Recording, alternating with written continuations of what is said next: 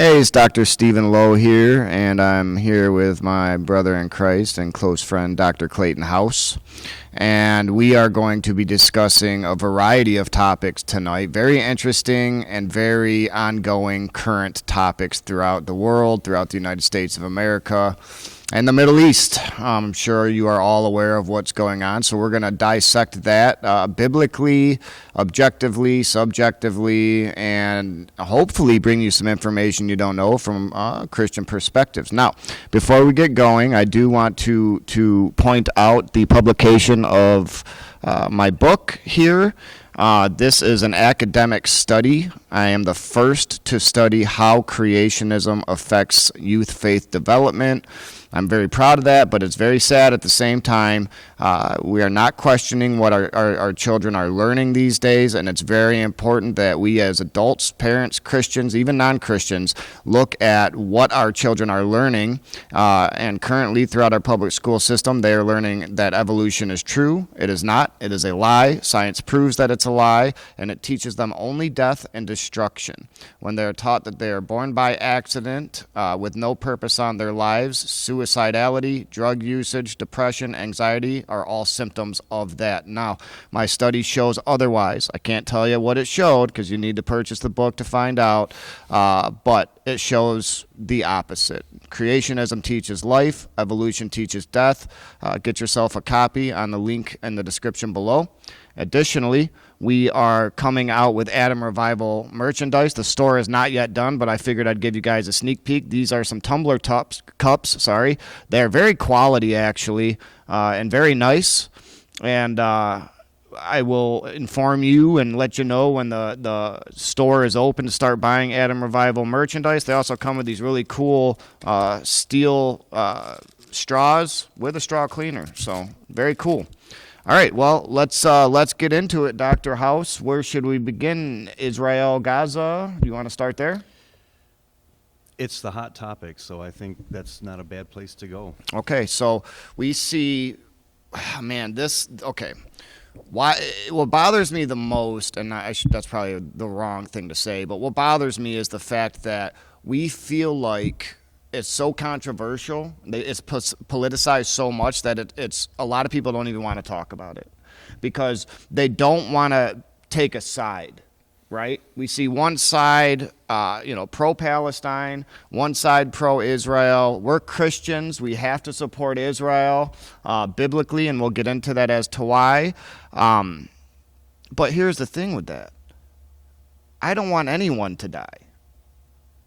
Okay, so I understand these people from the pro-Palestinian argument, although I don't think it's founded, and I think it's erroneous in many regards. When you strip all that away, there are women and children dying, and as a Christian, I don't want to see any of that. So my heart goes out to those women and children and men in Palestine that aren't Hamas, but I stand in support of Israel, and we're going to get into why. So what say you? Yeah, I think I could play the devil's advocate a little bit Sure. on this area, and just, I feel the same way you do. It's been terrible on both sides to see the absolute horrific videos and everything that's come out. I'm sure many of you have probably seen the same. If you run in the same channels that we do, it's not been secret. It's not been, held off. If you can find them if you want. But at the same time, I think I can put myself in the shoes of Israel. And I think it's important that we remember that Israel is a secular nation. As much as it's talked about in the Bible, the unfortunate reality is that Israel is not too dissimilar to America. It's not very westernized. It's been very westernized. There's the same kind of stuff that you see in San Francisco, L.A., New York, Miami, big cities around the area continue to happen there. And the majority, or the people that are there that look at themselves as believers, many of them are Orthodox Jews. They believe in the Torah. And I think one of the things to remember about the Torah is that it is very specific when it says an eye for an eye. Yeah. And I think what's happened here is that Israel has decided that, 70 years of constant attack, barrage, death, with very little retaliation unless provoked immensely, has pretty much given them the idea that, you know what, let's just end this once and for all. Listen, I couldn't agree more with what you just said. I think that's entirely right. I mean, and Israel is surrounded by enemies on their northern, southern, every border that they have. They're surrounded by enemies. Well, I wouldn't consider Egypt a direct enemy, but that's geopolitical stuff. But they're surrounded by not friends, right? October 7th, we seen barbarism. We seen demons paraglide over the walls of Israel and kill, maim, and destroy innocent men, women, and children. That is cowardice. Hamas is cowardice. The whole entire ideology of Hamas needs to be eradicated. Why? Because it is evil.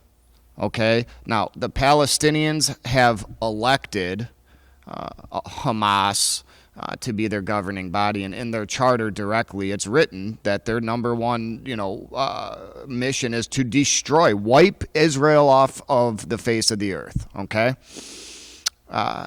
I can't stand for that. I never will stand for that. Not only that, but the Hamas militants that went and killed innocent men, women, and children, you guys are just a bunch of cowards. You're a bunch of dogs, and you should be justly upheld by the law and at the end of Israeli barrels. And the Palestinian people will never, ever have peace so long. They call Israel the oppressor? No.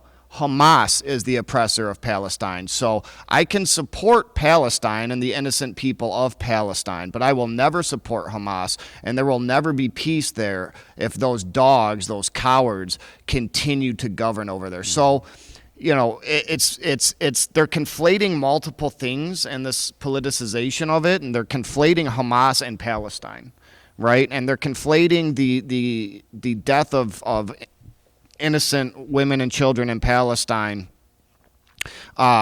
with Israel doing the same type of action that Hamas did.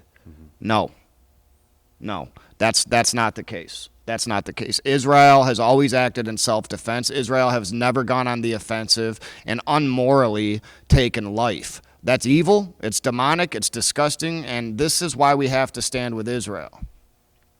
Yeah. And I think it's going to be really hard to discern what's real and what's not, what's true and what's not. Yeah, there's a lot of misinformation. Well, and the media, it's no different over there than it is here. Sure. The spins there, each, if it's Al Jazeera or if it's Israeli television, either one's going to spin the narrative the way they want it to go to, portray what they want it to portray.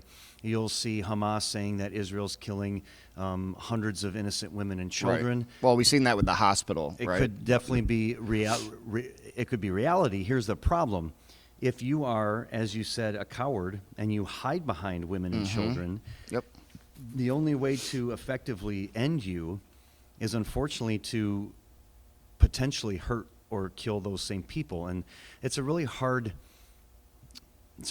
thing to wrap your mind around, especially as a Christian who we're taught to love life. We're taught to not take innocent life. But I think that's the thing that people have to remember here is that the majority of Israel is not Christian. It's Muslim too. There's some Muslims in there, and they're Jews. Yep. And they are in full belief that they are defending their country, their nation, and their way, as they have arguably for thousands of years prior to any, accord or treaty that created a nation state of Israel. Guys, let's just face reality. Philistia, the small area in the southeast corner of what was Israel and what is Israel, was the enemy of the Jews. And, David killed Goliath, who was a Philistine from Philistia, So these are the same people, the same descendants who cry that this is their land. Reality is that Israel had conquered this land before the And Philistines ever that's even another arrived, well so. that's another great point you bring up is Palestine. There has never been a Palestine. There has never been a nation state declared as Palestine. The closest that it came to it, I believe, it was a Roman emperor, and I can't remember which one, but he when Judea was toppled, he changed the name of it to, I want to say it was Assyria Palestinia, something like that. I'm probably butchering that, but it's something along those lines. And this is where people started, calling it Palestine. Now, there's a storied geopolitical history there of the Arabs leaving the area, the Jews coming back into the area, and this went on multiple times. I'm not trying to have that debate. I'm not going to pretend to know that. Now, I do want to talk about this biblically real quick. Okay? These lands, these people that we are watching war right now, the Israelis and the Palestinians, this is biblical, and it has biblical roots. Now, let's go back to Genesis 16 through 20. We see Abraham. Okay? We see Abraham. And we see the Abrahamic covenant from God given to Abraham. Now, Abraham had a wife, Sarah. She was barren. She couldn't have a son. She told Abraham to go marry another woman, Hagar, and Abraham bore a son with Hagar, and that's Ishmael. Years later, God ordained Sarah and anointed them with the son Isaac. So now you have Abraham with Sarah and their son Isaac, and you have Abraham with Hagar and their son Ishmael. Okay? What we're seeing right now, and before I even say this, God ordained Sarah. God ordained Abraham's marriage with Sarah and their son Isaac. Hagar and Ishmael were cast out of the land. And what we're seeing today, literally, we are seeing the sons of Abraham war each other. We are seeing Ishmael, the Palestinian bloodline, war Isaac, the Israeli God-ordained bloodline. This literally goes back to Abraham, okay? And I'm not going to go on too much of a tangent here, but 2,000 years after Abraham came a man called Muhammad, okay? And what Muhammad did, who was spoken to by an angel. It was a demon, in Muhammad's own words. A demon came to Muhammad and told him to essentially rewrite the Bible, right? And that's what he did. But in his writings, Muhammad switched the places of Isaac and Ishmael. Okay? And he did so to suggest that Ishmael was the chosen son of God and Abraham's bloodline. And he wrote it all the way up to Ishmael being taken up to the altar for Abraham to sacrifice. We all know the story of Abraham being told to sacrifice Isaac. Okay? Muhammad switched that in his writings to it was Ishmael, not Isaac. So it was God ordaining Ishmael and not Isaac.